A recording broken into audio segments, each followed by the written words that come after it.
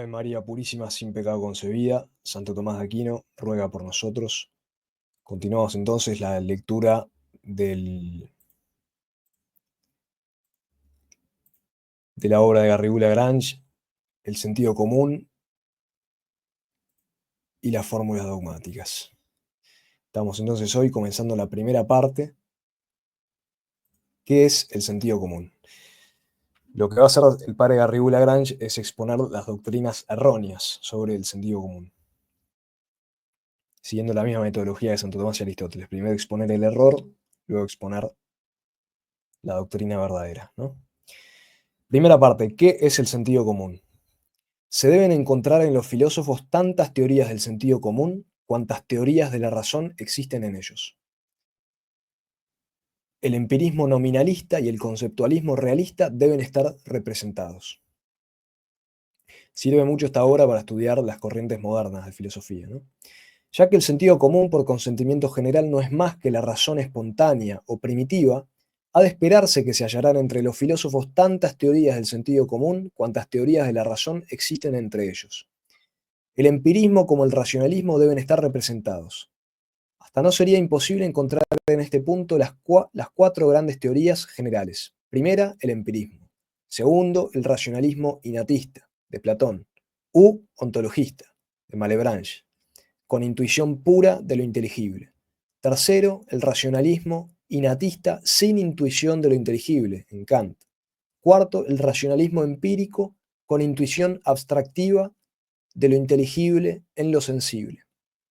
Aristóteles. Racionalismo empírico con intuición abstractiva de lo inteligible en lo sensible.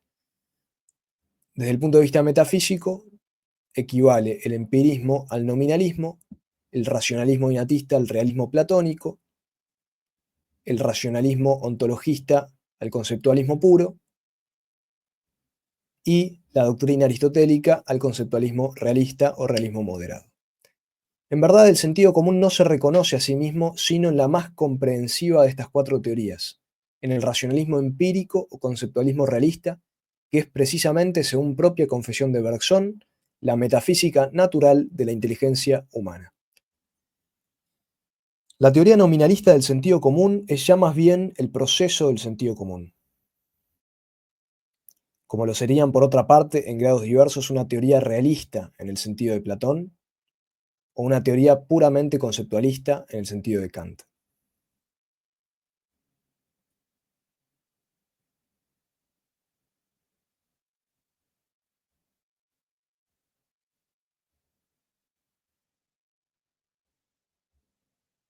Y una nota importante dice: acabamos de emplear para caracterizar la doctrina de Aristóteles y de Santo Tomás la expresión intuición abstractiva de lo inteligible en lo sensible, y la emplearemos muchas veces en el decurso de estas páginas. Es una manera abreviada de traducir lo que Santo Tomás llama la aprehensión intelectual del ser inteligible en lo sensible y la intuición intelectual de los primeros principios o leyes del ser, intuición unida a la abstracción que desprende del individuo sensible lo que lo constituye esencialmente, lo más real que hay en él, su ley funcional. ¿Sí? Primera parte de la Suma de Teología, cuestión 85, artículo 1. Santo Tomás habla con mucha frecuencia de la simplex apprehensió intellectualis, de la simple aprehensión intelectual, primera operación del espíritu anterior al juicio y el razonamiento, por la cual se capta la esencia del ente concreto, de la cosa real concreta. También la llama indivisibilium intelligencia, inteligencia de lo indivisible. Y en el De Veritate, cuestión 15, artículo 1, respuesta a la séptima objeción, dice: circa naturas rerum sensibilium, entre las naturalezas de las cosas sensibles, primo figitur intuitus nostri intellectus. Esto no lo sé cómo traducir. Segunda parte de la Suma de Teología, segunda parte. Cuestión 8, artículo 1. Artículo 1. Lo leo por si acaso, porque si me sale de traducirlo, bueno, está traducido. Intelligere dicitur quasi intus legere. Inteligir, entender, se dice, es decir, como un leer dentro. Nam cognitio sensitiva occupatur circa qualitates sensibles exteriores.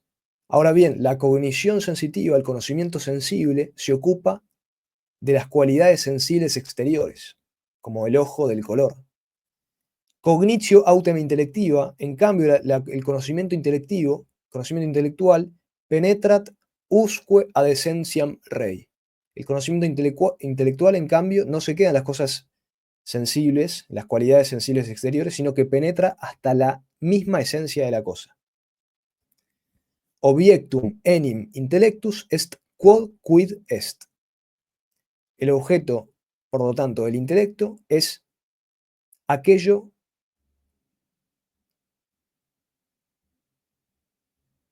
que es así. ¿Sí? Es aquello, es el que, el objeto, por lo tanto, el objeto del intelecto es el que es de la cosa, la esencia de la cosa. Ut dicitur, como se dice en el tercer libro sobre el alma, capítulo 6. Acerca del carácter intuitivo de este primer conocimiento intelectual, ver uno de los tomistas más profundos, recomienda el padre Garrigou-Lagrange, Juan de Santo Tomás. ¿Sí? Juan de Santo Tomás es para Garrigou-Lagrange uno de los tomistas más profundos. Tiene una famosa obra llamada Cursus Filosóficos, tomísticos. Capítulo primero, la teoría nominalista del sentido común. Para mostrar cómo el nominalismo es inducido a concebir el sentido común, primero recordaremos una teoría recientemente propuesta por Leroy, que fue un modernista. Segundo, de este modo seremos llevados a ver en qué consiste el nominalismo absoluto. Tercero, compararemos el nominalismo con los sistemas adversos en sus relaciones con el sentido común. Entonces, primero, la teoría propuesta por Leroy. Esta teoría está expuesta en un artículo publicado en julio de 1899 en la revista de Metafísica y de Moral, Ciencia y Filosofía. Nos esforzaremos por obtener sus lineamientos principales. Primera parte, los prejuicios particulares del sentido común. Distingue el citado autor en el sentido común prejuicios particulares propios de cada siglo, que provienen de las teorías en boga de cada época, y prejuicios generales que dependen de las mismas condiciones en que se desarrolla el conocimiento espontáneo. Solo nos interesan estos últimos. Son estos los que también obscurecerían la filosofía aristotélica, en cuyas líneas generales Bergson reconoce la metafísica natural de la inteligencia humana. En primer lugar, desechemos una crítica hecha por Leroy a propósito de la inmutabilidad del sentido común. Esta crítica no es, creemos, necesariamente solidaria de su teoría. El sentido común, nos dice, no permanece rigurosamente el mismo en todas las épocas desde el momento en que uno se coloca en el punto de vista de una representación teórica. Particularmente no sería difícil notar más de una diferencia entre la antigüedad y el medioevo, entre el siglo XIII y el nuestro, bajo este aspecto. Entonces, el sentido común depende de la época, dice Leroy. Leroy debe distinguir, me imagino, en cuanto al sentido común, dos esferas. Una que corresponde al orden de las ciencias positivas, lo que Aristóteles llamaba el primer grado de abstracción, y otra esfera que corresponde al orden metafísico, moral y religioso, lo que Aristóteles llamaba el tercer grado de abstracción. Libro de la Metafísica de Aristóteles, libro 10, capítulo 3. Y esto, el tema de los grados de abstracción se explican a continuación. Las ciencias naturales no abstraen sino de la materia sensible individual, es decir, de esta carne y estos huesos, como diría Santo Tomás. Consideran todavía la materia sensible común, por ejemplo, la cantidad, concepto de cantidad, concepto de cualidad. El químico hace abstracción de las particularidades de tal molécula de agua para estudiar las propiedades sensibles del agua. Ese es el primer grado de abstracción. O sea, el químico trata las propiedades del agua en general, pero no las propiedades particulares de tal molécula de agua. ¿Sí? Entonces abstrae en primer grado. Las ciencias matemáticas hacen abstracción de la materia sensible común para no considerar ya más que la cantidad continua o discreta. Ese es el segundo grado de abstracción. Se considera solamente la cantidad, ya separada de la cualidad. La metafísica, la lógica, la moral hacen abstracción de un modo total para no considerar ya más que el ser en cuanto ser, el ente en cuanto ente, lo que es en cuanto que es, y sus propiedades, o los entes que se definen por una relación al ente en cuanto ente, es decir, los entes intelectuales y su actividad intelectual y voluntaria. Tercer grado de abstracción. También está esto expuesto en el comentario de Santo Tomás a la física de Aristóteles, ¿no? Primera parte.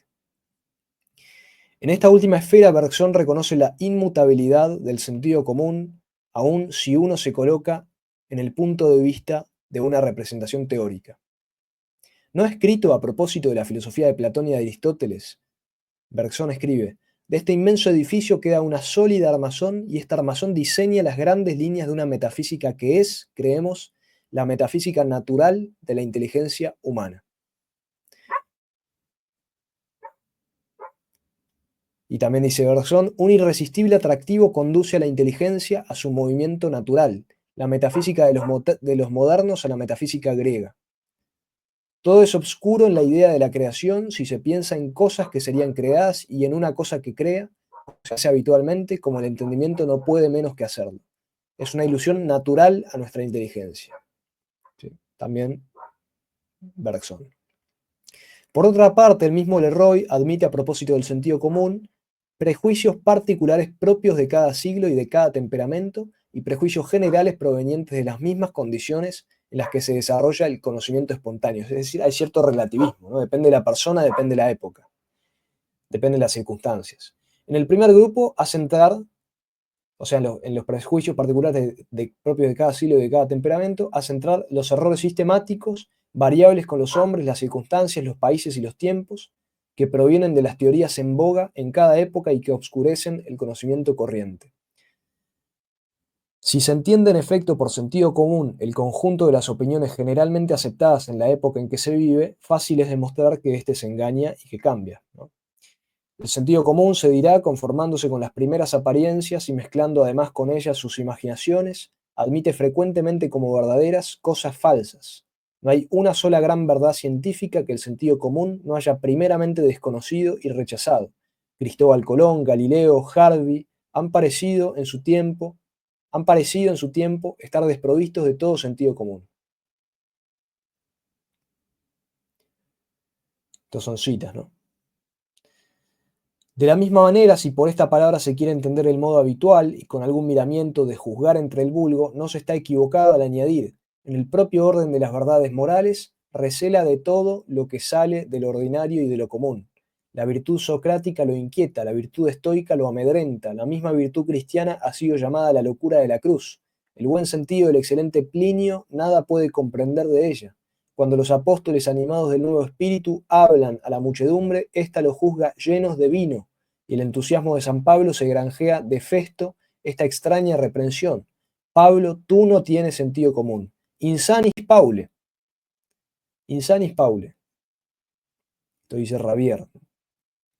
De esto es fácil concluir: la apelación al sentido común es de hecho la apelación a la ignorancia y al prejuicio. Evidentemente, pensando en estos prejuicios particulares y variables del sentido común, ha escrito Leroy: el sentido obvio no permanece rigurosamente el mismo en todas las épocas desde el momento en que uno se coloca en el punto de vista de una representación teórica. El sentido común contiene, en estado confuso e informe, no sé qué residuos de todas las opiniones filosóficas, de todos los sistemas que han estado un poco de moda, ¿no? Es una caricatura del sentido común. Pero al lado de estos prejuicios particulares propios de cada siglo y de cada temperamento, existen prejuicios generales provenientes de las mismas condiciones en que se desarrolla el conocimiento humano espontáneo. Y como estos prejuicios generales son para Leroy los mismos que oscurecen la metafísica de Aristóteles y de Santo Tomás, nada hay más cierto que decir que en esta esfera el sentido común, según Leroy, se asemeja a un terreno de aluvión muy compuesto, de manera que casi no interesa cuál metafísica puede llegar a reconocerse en él. Segundo punto: los prejuicios generales del sentido común.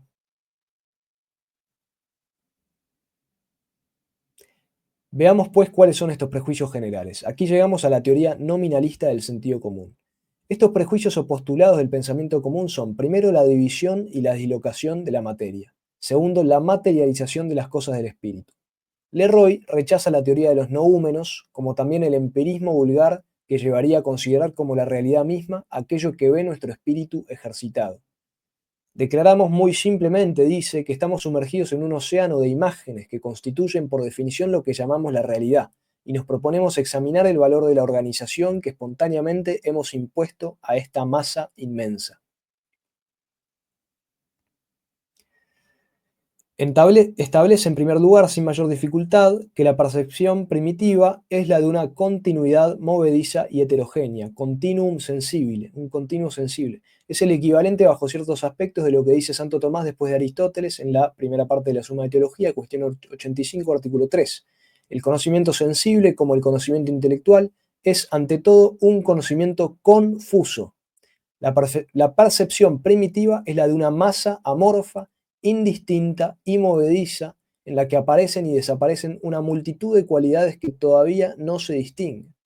Es decir, para Santo Tomás el conocimiento en el inicio es confuso. Pero Aristóteles y Santo Tomás, desde el punto de partida del conocimiento, se separan del empirismo, asignando simultáneamente a la primera intuición abstractiva de la inteligencia su objeto propio, distinto del de la sensación, a saber, el ser en lo concreto, algo que es, to-on en griego, ¿no? To-on, lo que es. Para ellos, en esto difiere la percepción primitiva del hombre de la del animal. Tam secundum sensum quam secundum intellectum cognitio magis communis est prior, quam cognitio minus communis. Secundum sensum quam secundum intellectum cognitio magis communis est prior, quam cognitio minus communis. Tanto según el sentido como según el intelecto, la cognición más común es previa que la cognición menos común. Primero se conoce más comúnmente, luego menos comúnmente. Cayetano, un tomista, ha analizado largamente este conocimiento absolutamente primero al principio de su comentario del De Ente et Essentia. El De Ente et Essentia es un opúsculo de Santo Tomás. Dice Cayetano: ens concretum quiditati sensibili est primum cognitum ab intellectu nostro cognitione actuali confusa.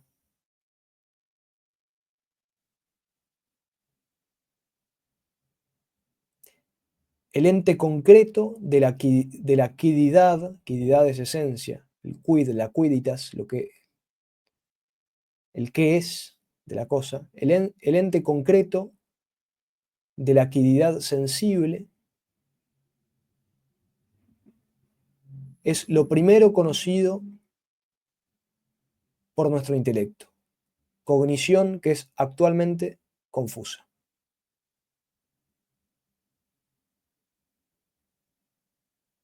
Cognición de lo actual confusa.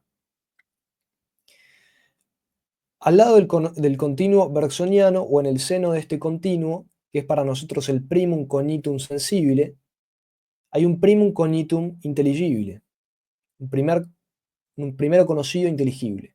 El conocimiento sensible se hará, lo admitimos en cierta manera, por una división del continuo amorfo, indistinto y movedizo, el conocimiento intelectual por una división del ser. Poco a poco dividiremos el ser en objeto y sujeto, en sustancia y accidente, ser y modos de ser, en acto y potencia, etc. Y nada será inteligible sino en función del ser así dividido. Y si se debe reconocer que la división del continuo sensible es con frecuencia utilitaria, artificial, práctica, se deberá sostener que la división de lo inteligible se impone al pensamiento y se impone como verdadera en cuanto este pensamiento capta en una noción la razón de ser de otra noción.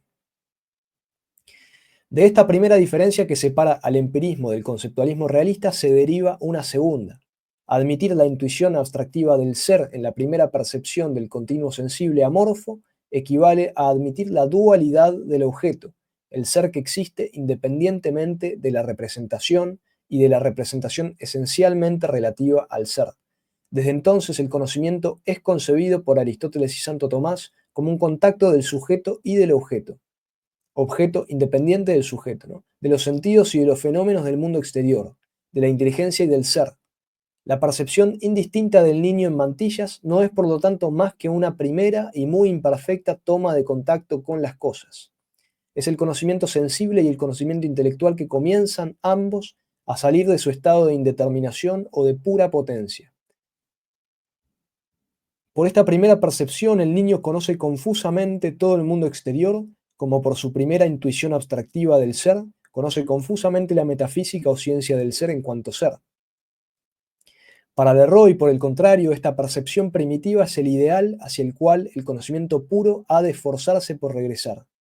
¿No es lo real ese océano de imágenes en el que estamos sumergidos?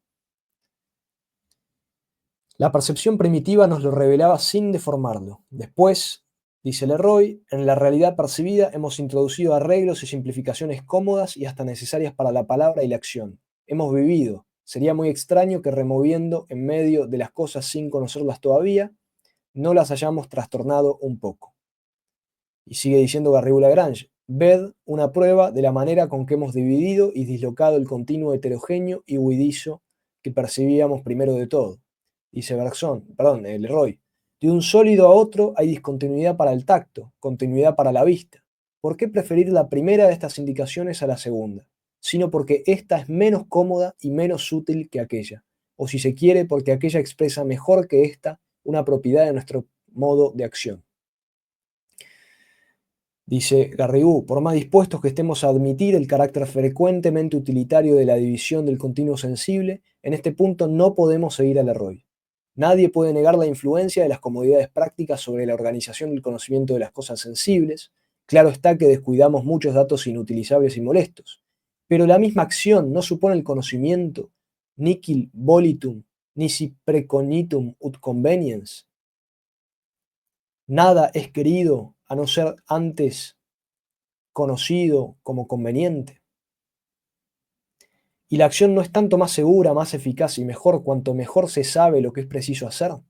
En el caso presente siempre habíamos pensado que convenía preferir las indicaciones del tacto a las de la vista, porque la vista tiene como objeto propio el color o la superficie coloreada, mientras que el tacto tiene por objeto propio la resistencia extensa y por ello extensión en las tres dimensiones que constituye precisamente la forma sólida. Por lo demás, los indicios del tacto no son los únicos que nos permiten establecer la individualidad de los cuerpos. El criterio de la unidad sustancial de un ser no es su unidad cuantitativa en el espacio, pues esta unidad cuantitativa no supone sino una unión accidental, un conglomerado de moléculas. El único criterio es la actividad y la acción que revela la unidad del todo debe ser producida por una sola parte y no por la asociación de las partes. Pero es preciso que en esta acción se revele la influencia de las demás partes.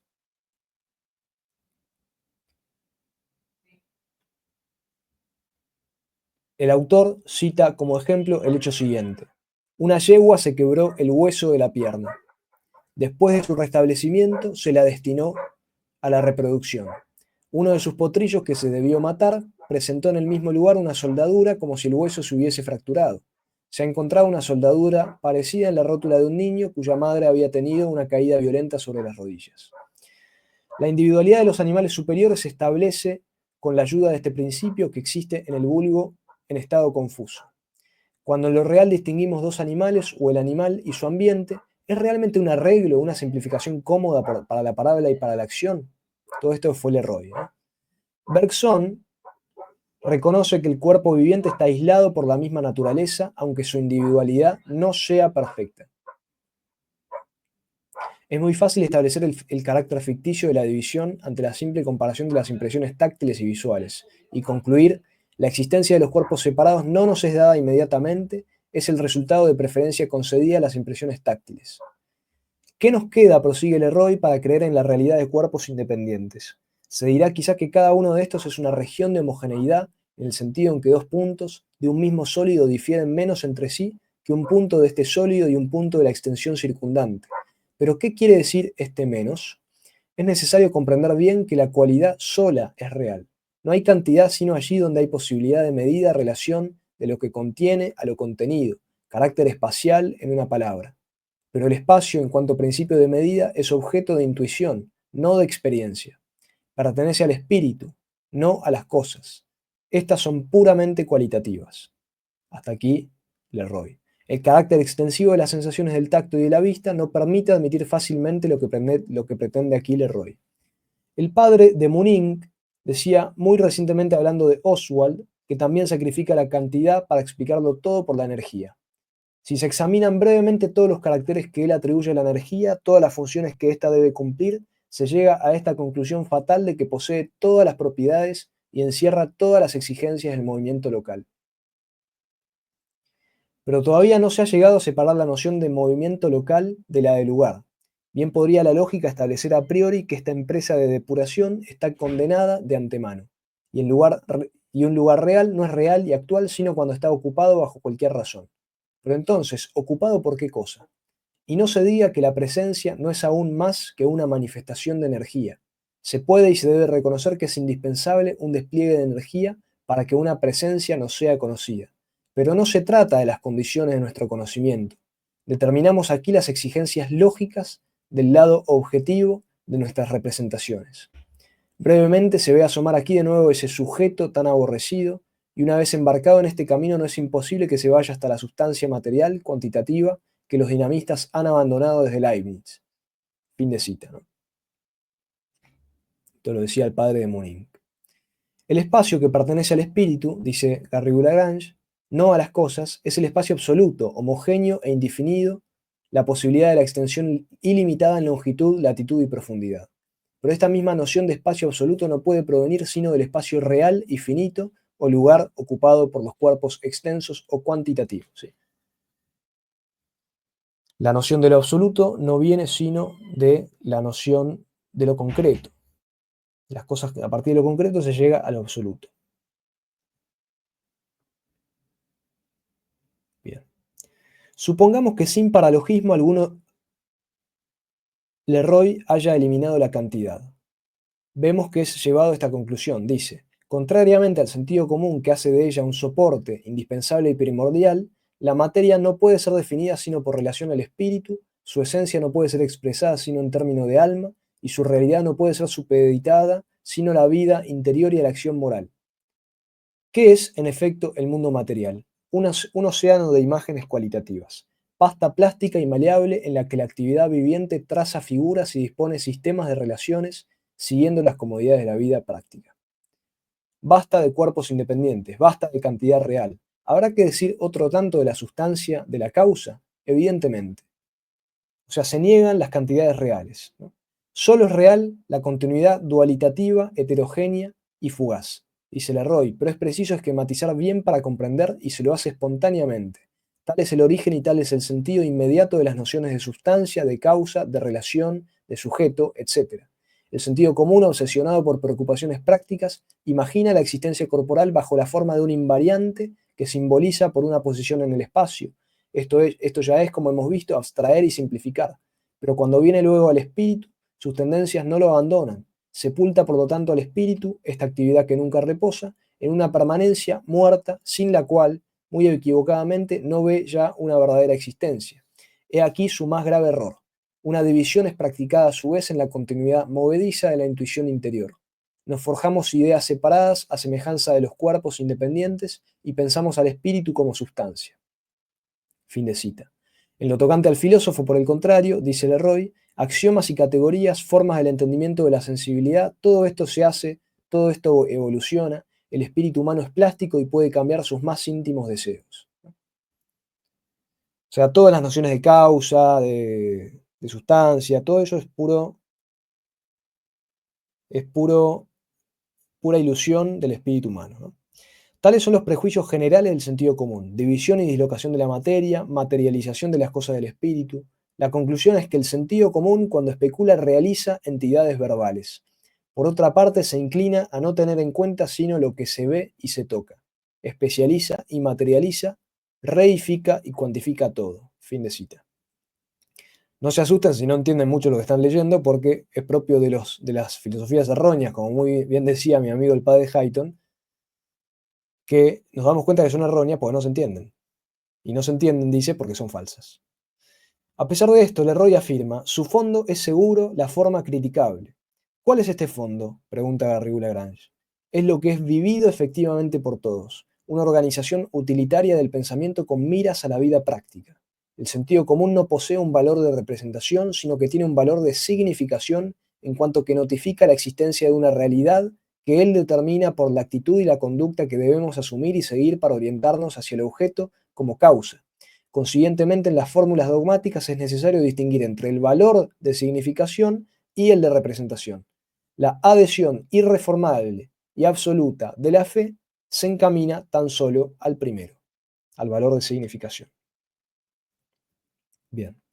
Bueno, esto fue entonces el nominalismo de Leroy, el modernismo, y ahora pasa a estudiar el nominalismo absoluto. Lo dejamos para el próximo video. Esta es una serie que no es fácil, ¿no? Es una obra que no es fácil porque estudia la filosofía moderna, que no es fácil. No es fácil, no es fácil. Cuando se aparta, como dice Bergson, de la metafísica natural de la inteligencia, a la inteligencia le cuesta comprender, porque es una filosofía antinatural, una filosofía errónea. ¿Sí? Por eso no es curioso que cueste comprender estos textos del Leroy.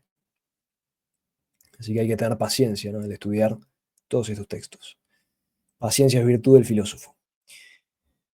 Damos gracias a Dios, pedimos bendiciones para lo que sigue. Viva Cristo Rey. Si te gusta el contenido, podés donar lo que vos quieras en Patreon, en PayPal o en Mercado Pago. Están todos los links, toda la información en el comentario de este video. Yes,